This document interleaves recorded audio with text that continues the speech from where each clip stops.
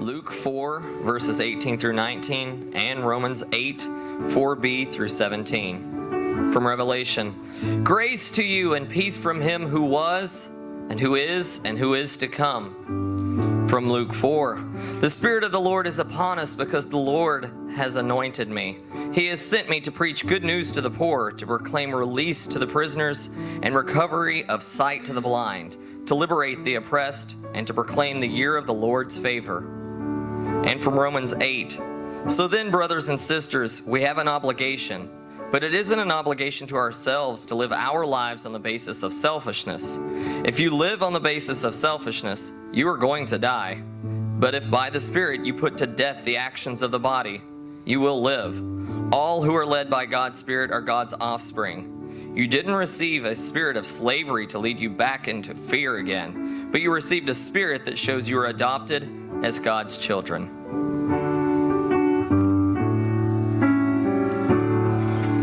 Joy to the world, the Lord is come. Let earth its praises bring.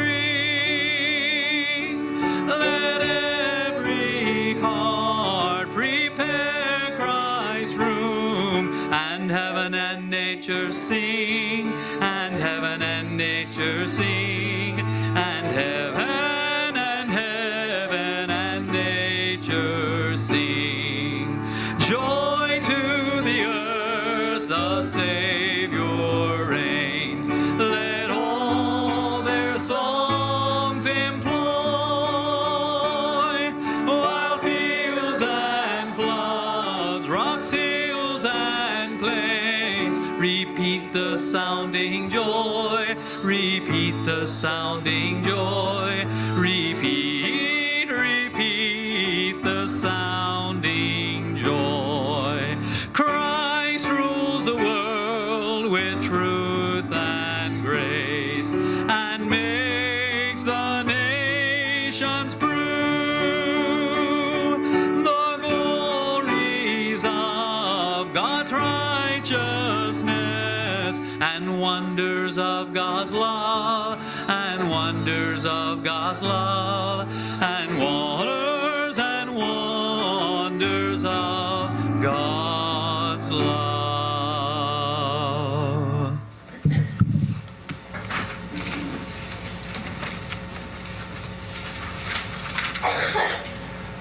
Answer me one question. Are these the shadows of things that will be, or the shadows of things that may be only? Hear me. Hear me. I am not the man I used to be. I am not the man I must have been.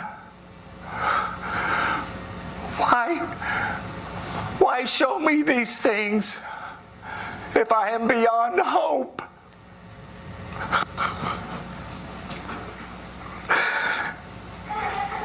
I will honor Christmas in my heart and try to keep it all the year.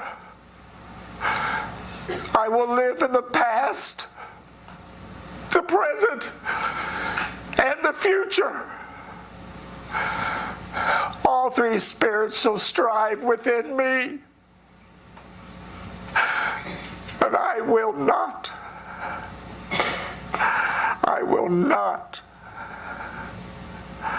block out the lessons that they teach. I will not.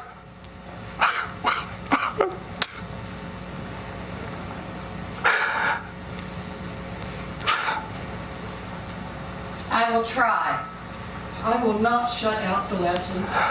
I will not shut out the Spirit. We will be the Spirit. Of love. Of Christmas. Of blessings on us. Every one of us. For the Spirit of the Lord is upon us. We are not who we were. We are not. We are not. We are not. We are those who have made change. Those who will make change.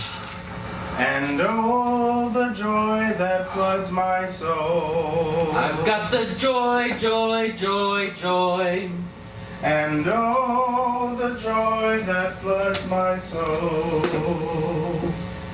I've got the joy, joy, joy, joy. Going through the world.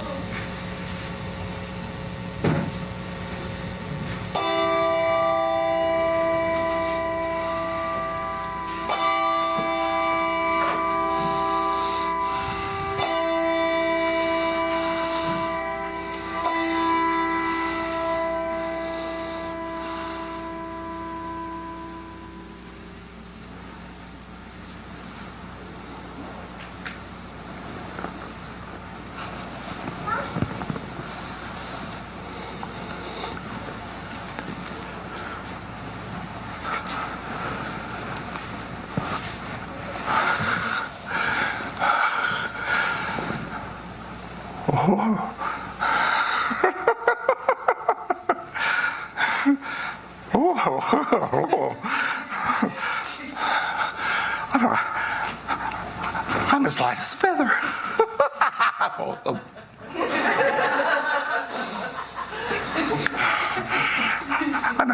I'm as happy as an angel.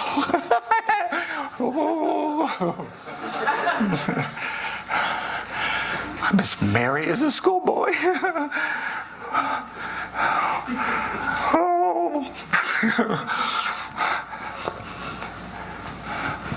I'm as giddy as a drunken man.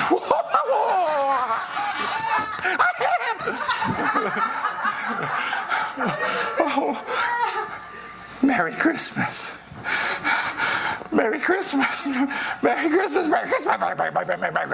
Merry Christmas. Merry Christmas to everyone. And Happy New Year to the whole world. Joy to the world, the Lord is come. What an Advent journey that we've had with God, with one another, and with our newfound friend, Ebenezer Scrooge. And what about our Scrooge this season?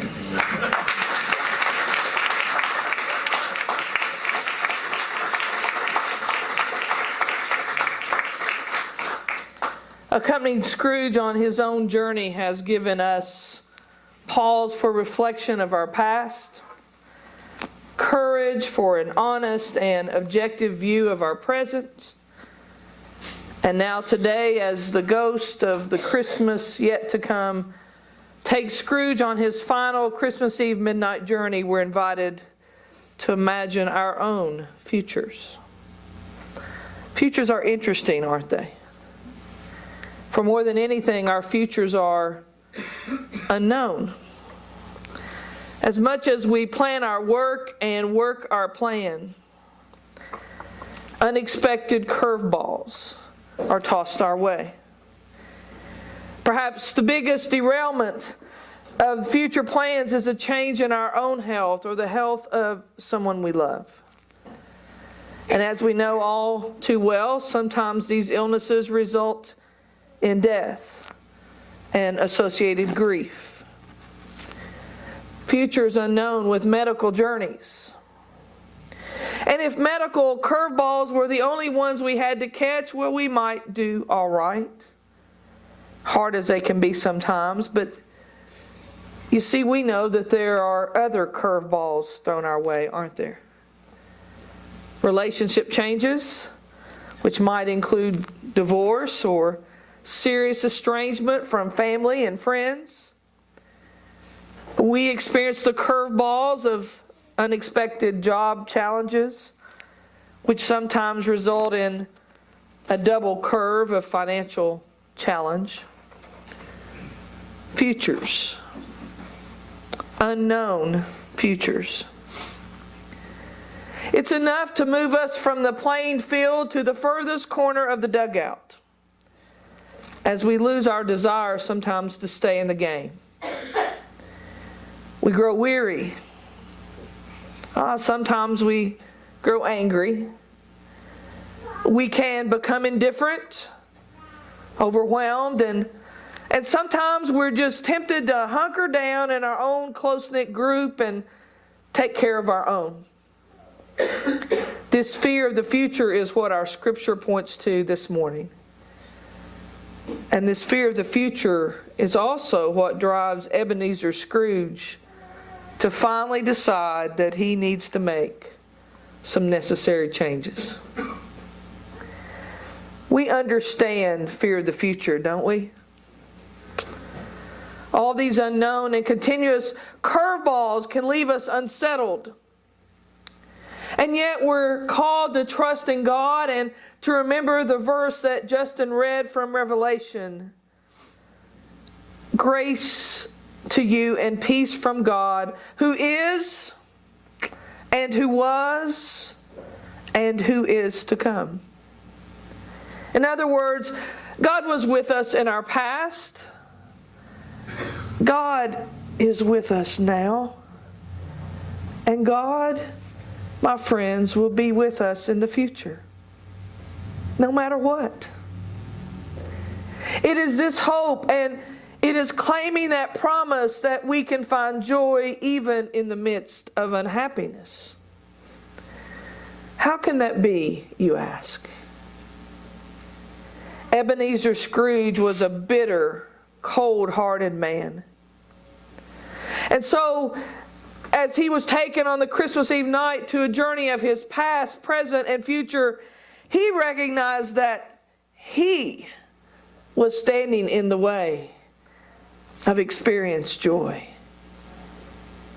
With the ghost of Christmas present, we heard last week of the scene where Scrooge was peering into the window of the Cratchit family as they began their Christmas celebrations. Bob Cratchit, you remember, was Scrooge's employee, and Scrooge didn't treat him very kindly. And as Scrooge peered into the window that Christmas Eve night, he saw Tiny Tim, the little boy with the terminal illness. And as it were, the Cratchits not only had to deal with that day to day, but they also were very poor. Well, in terms of money, they were very poor. Yet they were far, far richer than Scrooge. In terms of what really mattered in life, their relationships with one another, their love and their joy. In the midst of Tiny Tim's illness and scraping by to just remain warm and fed, the Cratchits found joy in being together. And as Scrooge just got a glimpse of the possibility of this joy, he found within himself this desire to make changes. For he too wanted to experience this joy. Oh, you say, well, Pastor, that all makes for good movies. But only for movies, you say. Not really. Joy comes from perspective. And if we let it, Christmas will give to us that precious gift of perspective. And the perspective is that as long as there is life, there is not only hope, which in and of itself is powerful, but as long as there is life, there is opportunity to rise above our fear of the future to the ability to change who we are. And in the process, change the world.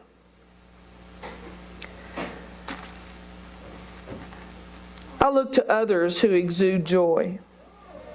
It seems to just pour out of some folks, doesn't it? Makes me a little envious. And so that we don't excuse ourselves from the reality of our ability to make change, our ability to gain perspective, our ability to share joy and love and peace and hope, I want to offer you two examples that have been of particular meaning to me in the last week alone. First, from Marsha Mueller, mother of a young humanitarian, Kayla Mueller, who was captured, tortured, and then killed by ISIL. Through my friendship with Marsha McPhee, I have come to know Marsha Mueller. 3 Marshas. Several weeks ago, Marsha McPhee and I traveled to Nashville to record a song written for Kayla's memorial service. And then a couple of weeks ago, Kenny and I finished that recording. Even in the unimaginable pain and literal loss of life, Kayla and then later her parents expressed their gratitude and their joy. I will be sharing more of this story with you in coming weeks, but Kayla was captured in Syria. She had been to Aleppo before, and we are seeing the horrendous issues going on there. Kayla had a heart for Syrian refugees. In a letter written by Kayla from captivity and smuggled out from other women released, Kayla held fast to her faith and to God's promise, writing in that letter, "I found that even in prison, one can be free." Wow.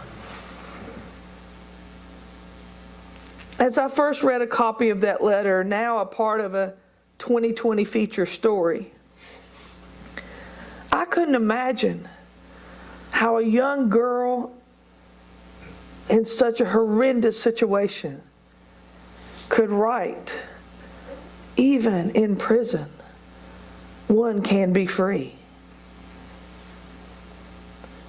This past week, as Marsha McPhee and I gifted Kayla's parents with the first hearing of the song in gratitude, which we hope can be used to raise money for Kayla's foundation, Marsha Mueller wrote to me. And in part, she expressed that even in the midst of unimaginable grief, she can find joy in the assurance that Kayla lived her life in her way, and that Kayla is now in the presence of the God in whom she chose to serve in the most sacrificial way that we might imagine. Marsha Mueller said, "Marsha, even when it doesn't make sense, I'm experiencing joy. And we are in gratitude." Perspective. My friend, what prison attempts to keep you from being free? Fear of taking a risk in a relationship? Fear of what a medical diagnosis might bring? Fear of unknown curveballs just waiting in the midst of your enemies to be thrown at you? Might we hear the Christmas words to Mary and to the shepherds? Do not be afraid. Might we hear the words from Luke's gospel that Justin read, the words telling us why Jesus came to live among us? "The Spirit of the Lord is upon me, sent me to preach good news to the poor, to proclaim release to the prisoners, the recovery of sight to the blind, to liberate the oppressed." Today that might read, Jesus was sent to cheer us up when we're down or depressed or lonely. Jesus was sent to lift up those who are poor in spirit. Jesus was sent to release us from anything and everything that imprisons our thoughts, our dreams, and our hopes. Jesus was sent to open the eyes of those who stubbornly and arrogantly decide who's in and who's out. Jesus was sent to show us that everybody's in. That everybody belongs. That everybody is loved. Jesus was sent to give us an example of sacrificial loving and living. Kayla Mueller got that message. And she lived that message. And the cost was her life. We probably won't be called to give our lives. But friends, we are called. We're called to wake up and give our voices, our time, our energy, our commitment, our resources, all to give a message of redemption and hope. Answering that wake-up call moves us out of stagnancy and complacency and indifference, which can lead us to better perspective and joy. Listen, the hard truth is, it requires action on our part, friends. It is not magic. We have to be active responders to the chimes of waking bells. Second example, Marion Sims, former Fayette County teacher.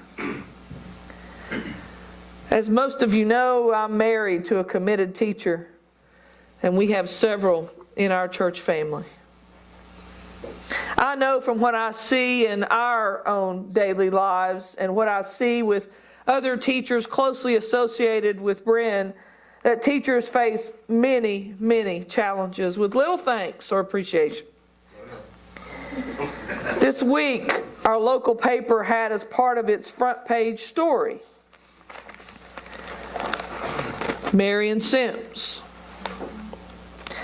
who rented a billboard in town with a message to her kids. Miss Sims still loves you and prays for you. You and your families have all blessed my life in so many ways. Be safe and continue to bless this planet. Thank you and God bless you. Remember, love, love, and hate, hate. No doubt, Mrs. Simpson faced her share of challenges. Difficult kids, difficult parents, unreasonable expectations, very long hours combined with a grueling and restrictive schedule. And yet she focused on her love of teaching. And while I was struck that she would rent a billboard to give a message to her kids, as she called them, now Mrs. Sims is teaching at Morehead State University. Listen to her closing line for the newspaper article. I'm actually teaching teachers to teach. I think my strength is teaching them to love people.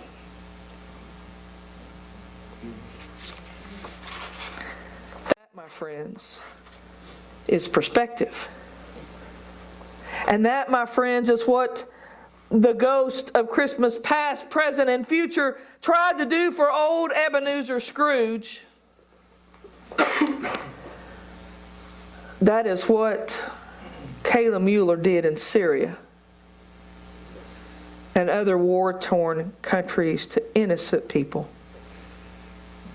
And that's why Jesus came into our world. To teach us how to love people.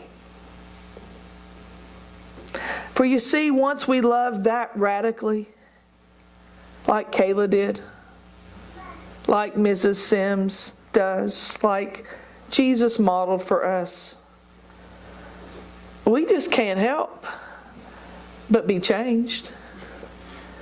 And who knows, with that change, we might be more willing and more able to face unknown futures with catcher's mitts big enough to snag all the curveballs that come our way. We are never too old to learn, to grow, to love. We're never too set in our ways unless we choose to be. Scrooge woke up from a strange dream, and he hopped to his feet, as we just saw. He hopped to his feet, transformed in a way that the heads in town were turning and the mouths were wide open, wondering what in the world happened to old Scrooge to make him come alive and completely change his perspective about Christmas, about the poor, about the least among him. Moving from the most miserly, selfish citizen to an over-the-top generosity shared with all. One like that town had never seen. Because of Scrooge's change of heart and perspective, the whole town felt joy. After peeking into a future that was doomed to continue in a free fall of negativity, Ebenezer Scrooge used that fear. He used that fear to change, to try to ensure, to do his power to move towards a future that was positive and loving and giving. It is my prayer that we too will do what we can to see that our futures are giving and loving. It's my prayer that we'll continue to grow and to change and to be transformed. And that when we do that, we walk around and we see heads turning and mouths open wide, wondering what in the world is going on because of how we live and because of how we love. And here's the consolation prize, I promise you. You know, I say a lot of times, if you find yourself in a hole, stop digging. When we love differently, when we act differently, when we gain perspective, when we share joy with others, we're going to feel joy ourselves. I hope we wake up. Indeed.